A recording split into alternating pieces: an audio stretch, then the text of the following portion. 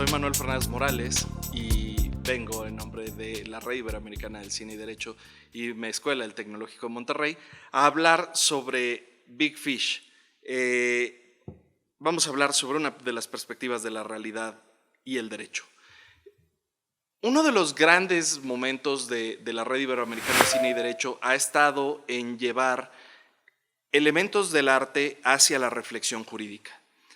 Normalmente su servidor se aparta siempre de los filmes de abogados para buscar filmes y producciones que nos permitan tener elementos distintivos para entender cómo funciona el fenómeno del derecho. En ese sentido, Big Fish, película de 2003 dirigida por el genial Tim Burton, es un filme que nos coloca bajo la historia de Will Bloom y la relación de un padre y de un hijo. Un padre que siempre exagera dentro de las historias que relata y un hijo que está harto de escucharlas. Y más allá de hacer una sinopsis fílmica, quiero invitarlos a ustedes a reflexionar qué es lo que es real, qué es lo que es verdadero. Y a partir de eso vamos a encontrar respuestas bien interesantes para la ciencia jurídica. Si nosotros pensamos en estricto sentido, puede existir una interpretación de la ciencia analítica de lo que es la verdad. Los analíticos nos dicen que la verdad es aquello que es declarativo, independiente del emisor y sujeto a comprobación constante. ¿Esto qué quiere decir? Quiere decir que un micrófono, por ejemplo, si yo digo este es un micrófono, no importa si el equipo de producción, si ustedes que me están mirando lo dicen, el micrófono sigue siendo el mismo. Asimismo, todo el tiempo podemos ver e identificar las características que construyen un micrófono, que es el proyectar un sonido y el repetirlo, y vamos a ver en todo momento que este es un micrófono. Si nosotros empezamos a agregar artículos donde decimos este micrófono es muy grande, es muy bonito, es bueno, es malo, empezamos a caer en la interpretación subjetiva de los hechos.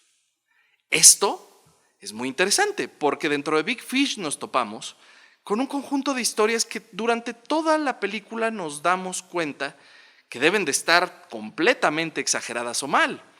Una historia sobre el circo, una historia sobre un pueblo donde la gente se descalza, historias sobre la guerra, y todas y cada una permeadas de elementos fantásticos que nos aperciben que esto no puede ser verdad, esto no puede ser real.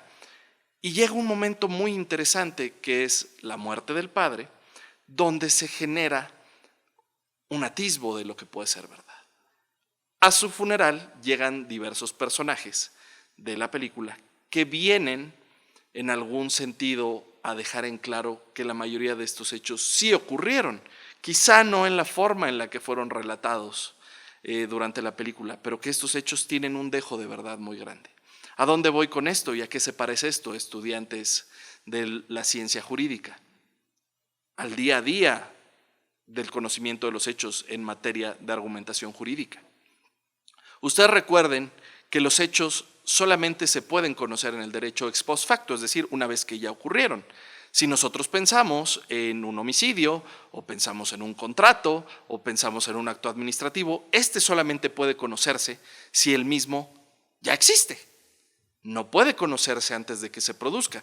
No tiene consecuencias jurídicas porque el derecho funciona así. El derecho no puede legislar sobre lo que no ha ocurrido. Sería una locura pensar que los romanos hubieran regulado sobre la aeronáutica si no existían los aviones. Así regulaban sobre el derecho marítimo. Nos damos cuenta, por ejemplo, que los principios del derecho marítimo pueden parecerse mucho al derecho aeronáutico en algunos temas, porque el derecho se adapta y crece constantemente a partir de las cosas nuevas que se plantean en la ciencia jurídica. Es así que nosotros encontramos un trinomio que tiene que ver con los hechos, en la forma en la que son percibidos y relatados, el derecho como ciencia para esclarecer los mismos, pero sobre todo la verdad. El derecho trabaja con tres grandes canales de la verdad. Trabaja con una verdad material histórica, que es la verdad como ocurrió, es decir, es la verdad que no está sujeta a interpretación alguna. Pero esta tiene un problema. La verdad solo la conocemos como seres humanos, entonces estamos obligados a interpretar la verdad. Por ello aparece la verdad formal. La verdad formal es aquella que esgrimen las partes que componen cualquier tipo de proceso jurisdiccional, administrativo, pero en especial procesos de derecho.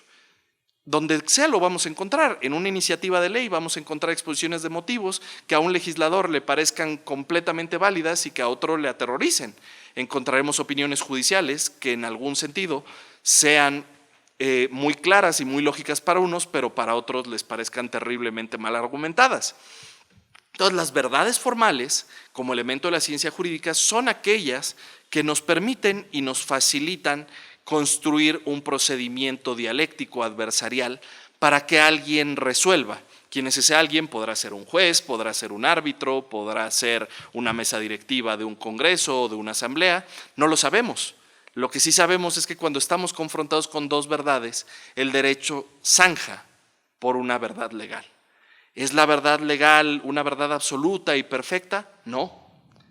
Pero es una forma que nos permite garantizar metodológicamente que nos acercamos y tenemos una aproximación de la verdad que tiende a ser justa o equitativa, o bien una verdad apegada a los valores jurídicos que cada estado o cada jurisdicción propone. En ese sentido, invitar a las personas a entender cómo puede ser que en un filme que en principio habla sobre historias que están alejadas de la realidad, puede ser diferente de un proceso jurisdiccional. Hoy por hoy sabemos que las herramientas incluso recursivas de los propios litigantes o de los propios legisladores o de los funcionarios o de los jueces tienen mucho dramatismo, tienen mucha exageración, tienen uso de recursos retóricos que nos permiten agrandar, exagerar o poner énfasis en ciertas verdades. La realidad es que nosotros como abogados no nos movemos exclusivamente en un canal de la racionalidad, nos movemos también en un canal de la emoción que conjuga y coexiste al mismo tiempo. Y esto es bien interesante, ¿por qué? Porque nosotros sentimos, creemos y sabemos a partir de los discursos que nos llegan. Es así que grandes litigantes tienen una metodología de exposición profundamente agresiva, o tienen tonos de voz elevados, o tienen la facilidad de poner ejemplos muy sencillos que permitan hacer que un juez se tenga una suerte de convicción por un argumento u otro. Esto pasa todo el tiempo. Y esto también nos lleva a entender una cosa, que no hay discursos únicos. Así como en Big Fish la verdad no era única porque se encontraba en un punto medio, en el derecho vamos a encontrar que no es posible tener la totalidad de un conocimiento ni tener el monopolio de la verdad. La verdad que tenemos es una verdad de Estado y es una verdad de la cual la mayoría de personas estamos de acuerdo que debemos de tener y construir. Pero eso nos lleva entonces también a entender que el derecho es un ejercicio perfectible. Tenemos que encontrar mejores formas de conocer la verdad. ¿Y cuáles son algunas de estas propuestas? Por supuesto están, la principal y la que nos gusta a los que estamos aquí presentes es entender el derecho a través de la transdisciplina.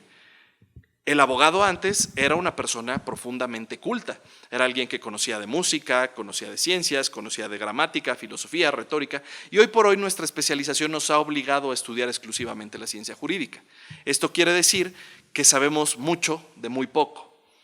Hoy por hoy podemos ver y entender que con herramientas recursivas enfocadas al arte, enfocadas a la literatura, enfocadas al cine, podemos encontrar nuevas respuestas y nuevos modelos de pensamiento para poder entender la realidad. Yo los dejo con una reflexión. ¿Existe la verdad para ustedes? ¿Existe la verdad de cada uno? Y de existir, ¿tenemos que salir allá afuera a buscarla? Eso es todo y espero que les haya gustado esta breve exposición. Gracias.